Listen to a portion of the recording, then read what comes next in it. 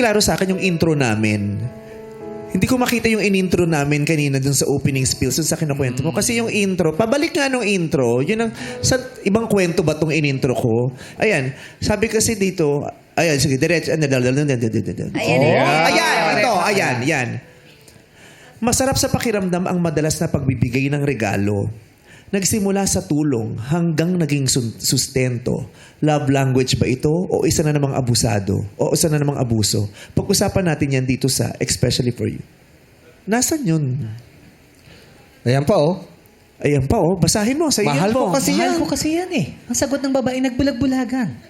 Makakatanggap lang ng atensyon kahit panandalian. Ayan pa, oh. Basahin mo yan, kasama yan. Ayan pa, oh. Maganda. Kasama Simula yan. naman ang naghihintay para sa ating searcher na mapipili. Ay, di, wala na kinalaman yan sa kwento niya. Oo, Ito. Ito Ayan. dapat ikaw upo dyan, di ba? Inahatak yung upo ni Vice nun eh. Ito na nga, Rona. Sa pag-ibig, marami siyang kayang i-offer, pero labi Marami siya. siyang. Siyang. Referring to you. Yes, si Rona yung siya. Offer, Pero labis siyang, si Rona, Oh, siya. si Rona. Ayan, labis siyang sinaktan ng kanya. Si Rona? Baka naman ikaw yung tinutukoy dyan. Hindi lang yan. Si Rona to. Si Rona. Kay Rona Si to. Rona yun, ah. Labis siyang sinaktan ng kanyang ex-lover. Yun. Tapos, here's our special guest for today. Sino yun? Sino? Siya ba talaga yun? Sino ba talaga? Siya yan. Kasi sa kwento niya, hindi ko nakita yung mga... may narinig ba tayong kung ano? Wala Sa kwento namang- niya. Sino ba? Bakit ba gano'n ang opening niyo? Sino nagsulat ba nun? Ay, Sabi wala. natin yung mga writer. Ay, Siya ba talaga yung guest natin o iba yung spills na binasa ko? Siya yun?